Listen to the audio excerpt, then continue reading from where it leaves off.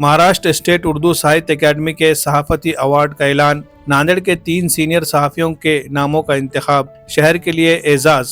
Maharashtra state Urdu साहित्य academy और अक़लियती उमूर की वजारत की जानिब से साल 2020, 21 और 23 के सहाफ़ती अवार्ड का ऐलान किया गया। ये अवार्ड 6 से 8 अक्टूबर के दौरान मुंबई में मुनक़्क़िद होने वाली शानदार तक़रीब में दिए जाएंगे।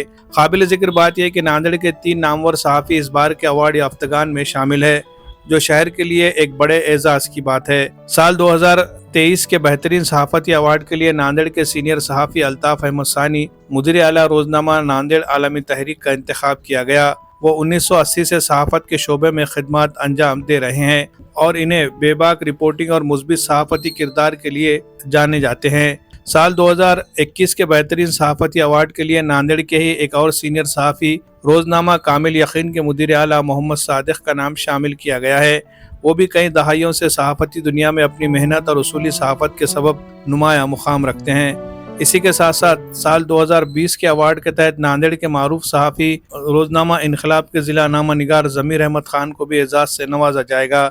ज़मीर अहमद ख़ान ने प्रिंट मीडिया के साथ साथ इलेक्ट्रॉनिक और सोशल मीडिया के मैदान में भी अपनी मुनफरिद शनाख्त कायम की है। वो MCN उर्दू न्यूज़ और 1 चैनल के ज़रिए जदीद सहाफ़त को नई जहत देने में सरगर्म है। यह ऐलान सामने आते ही नांदेड़ की सहाफ़ती बरादरी के साथ साथ सियासी व समाजी हलक़ों और दोस्त अहबाब ने तीनों अवार्ड याफ्ता सहाफ़ियों को दिल की गहराइयों से मुबारकबाद पेश की है। वाज़ेह रहे कि महाराष्ट्र उर्दू साहित्य अकेडमी हर साल उर्दू ज़बान व अदब के फ़रोग़ के साथ साथ सहाफ़त के मैदान में नुमाया खिदमत अंजाम देने वाली शख्सियात को भी अवार्ड और एजाज़ात से नवाजती है। इस बार एक ही शहर के 3 सीनियर सहाफ़ियों का इंतखाब होना नांदेड़ के सहाफ़त के लिए एक तारीख़ी लम्हा है। Bureau report MCN Urdu news.